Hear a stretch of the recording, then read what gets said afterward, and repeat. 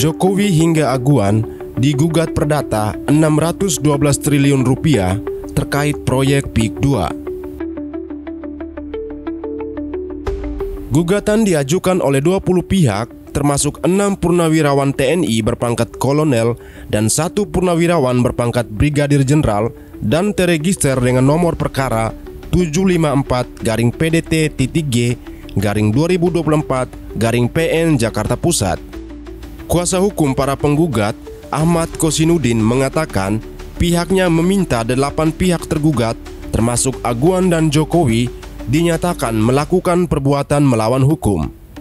Tapi ini demi kepentingan saudara-saudara kami yang ada di Banten yang mengalami kezaliman, dirampas tanahnya melalui proyek Pantai Indah Kapuk 2 yang di PSN-kan atau berdalih PSN. Nah, perlu kami info, kami tadi sudah bersidang untuk yang pertama kalinya. Biasa dalam sidang pertama itu ada pemeriksaan legalitas dari para pihak, baik penggugat maupun tergugat.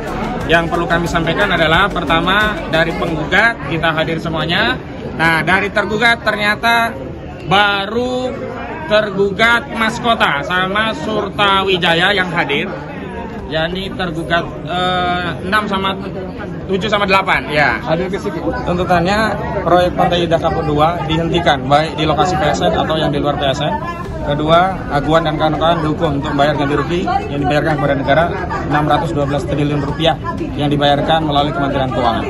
Nah, itu dasar perhitungan 612 itu dari mana, Bang? Itu kita mau bantu pemerintah karena defisit APBN kita 2025 sekitar itu.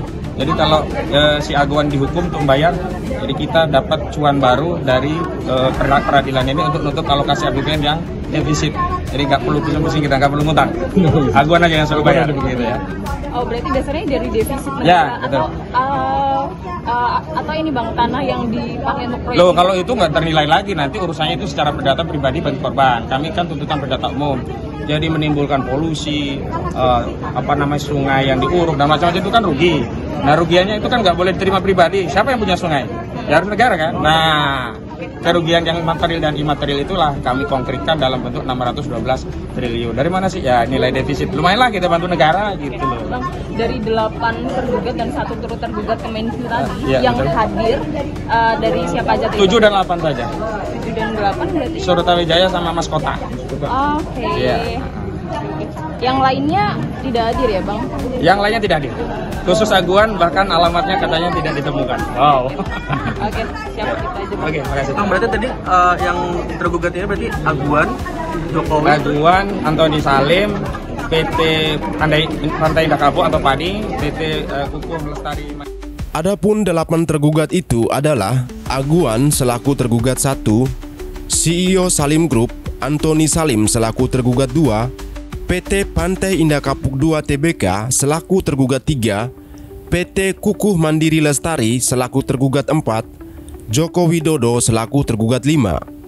Kemudian Menteri Koordinator Bidang Ekonomi Airlangga Hartarto selaku tergugat 6, Ketua Asosiasi Pemerintah Desa Seluruh Indonesia Abdesi Surta Wijaya selaku tergugat 7, dan Mas Kota HJS yang juga pernah memimpin Abdesi selaku tergugat 8.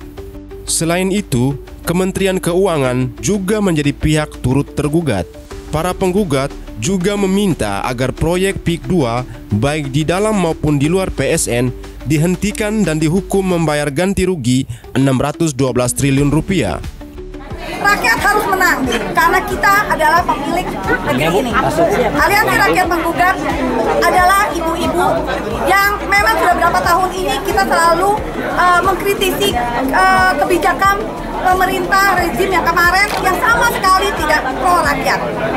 Dan PSN ini adalah puncak dari kebusukan semuanya. Bayangkan, tanah rakyat diambil dengan alasan PSN memakai APBN uang negara, tapi yang menikmati itu siapa? Nantinya pasti bukan kita.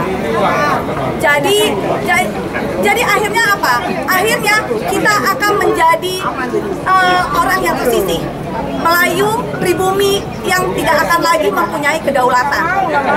Jadi sekarang ini jangan kita tuh merasa 2029 adalah pertarungan kita, bukan.